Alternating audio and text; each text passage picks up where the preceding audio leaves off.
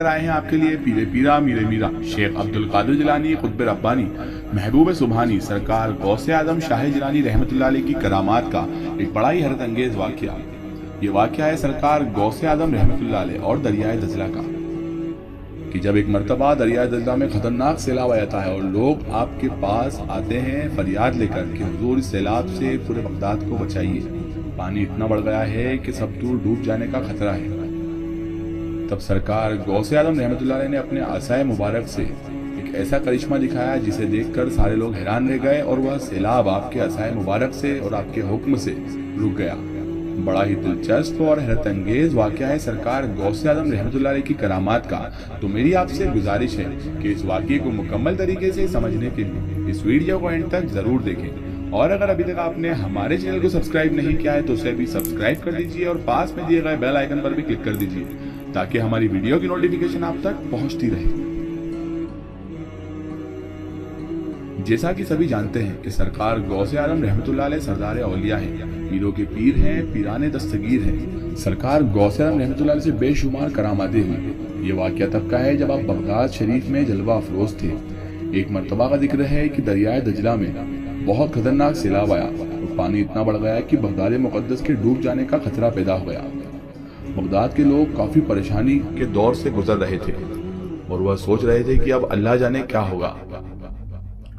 اتنے میں ہی لوگ پریشانی کے عالم میں سرکار غوث اعظم رحمۃ اللہ علیہ کی خدمت میں حاضر ہوئے اور فریاد کرنے لگے کہ یا غوث اعظم توجہ فرمائیے، دریائے دجلہ میں سیلاب آ چکا ہے اور پورے شہر کے ڈوب جانے کا ڈر ہے، آپ توجہ فرمائیے، حضور ہماری امداد فرمائیے، اللہ نے آپ کو سردار اولیاء بنایا ہے، آپ ہی ہماری حفاظت کر سکتے ہیں، حضور ہم پر رحم فرمائیے۔ سرکار غوث اعظم رحمۃ اللہ علیہ نے ان فریادیوں کی فریاد سن کر کہا چلو ہم سب دریائے دجلہ کے پاس چلتے ہیں۔ آپ سرکار غوث اعظم رحمۃ اللہ علیہ ان لوگوں کو لے کر دریائے دجلہ کے کنارے پر پہنچے۔ سب لوگ دیکھ رہے تھے کہ ایک طرف دریائے دجلہ کا سیلاب ہے اور دوسری طرف سردار اولیاء پیران پیر سرکار غوث اعظم دستگیر ہے۔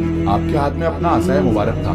سرکار غوث اعظم رحمۃ اللہ علیہ دریائے دجلہ کے کنارے پر پہنچ کر اس کی پرانی حد پر اپنے عصا کو گاڑ دیتے ہیں اور اس کے بعد دریائے دجلہ کو حکم دیتے ہیں، خبردار دریائے دجلہ اس سے آگے نہ بڑھنا۔ سرکار غوث اعظم رحمۃ اللہ علیہ کے اس فرمان کے بعد دجلہ کا پانی اپنے آپ گھٹنے لگا۔ سارے لوگ حیران رہ گئے، یہ کیسا کرشمہ ہے۔ سرکار غوث اعظم رحمۃ اللہ نے جیسے ہی اپنا عصا مبارک اس حد پر گاڑا تو پانی اپنے آپ نیچے ہونے لگا اور اپنی پرانی حد تک آ کر بہنے لگا۔ اس کے بعد سرکار غوث اعظم رحمۃ اللہ علیہ اپنے مقام پر واپس آ گئے۔ بغداد کے لوگ کافی حیران تھے کہ سرکار غوث اعظم رحمۃ اللہ علیہ کے عصا مبارک کی برکت سے دریائے دجلہ کا سیلاب رک گیا۔ آپ کے حکم کو دریائے دجلہ بھی ٹال نہیں سکا اور وہ اپنی حد پہ آ گیا اور وہاں سے ہی بہنے لگا۔ اس کے بعد سبھی لوگ سرکار کی خدمت میں حاضر ہوئے اور ان کا شکریہ ادا کرا اور اپنے اپنے گھر کو گئے۔ اس واقعے کا ریفرنس ہے بہجت الاسرار شریف۔ ناظرین، یہ ہے ہمارے پیران پیر دستگیر قطب جیلانی شیخ موقعی الدین عبدالقادر جیلانی سرکار غوث اعظم رحمۃ اللہ علیہ کی شان کہ آپ کے عصا مبارک کی برکت سے اور آپ کے حکم کے مطابق دریائے دجلہ کا بہت خطرناک سیلاب رک گیا۔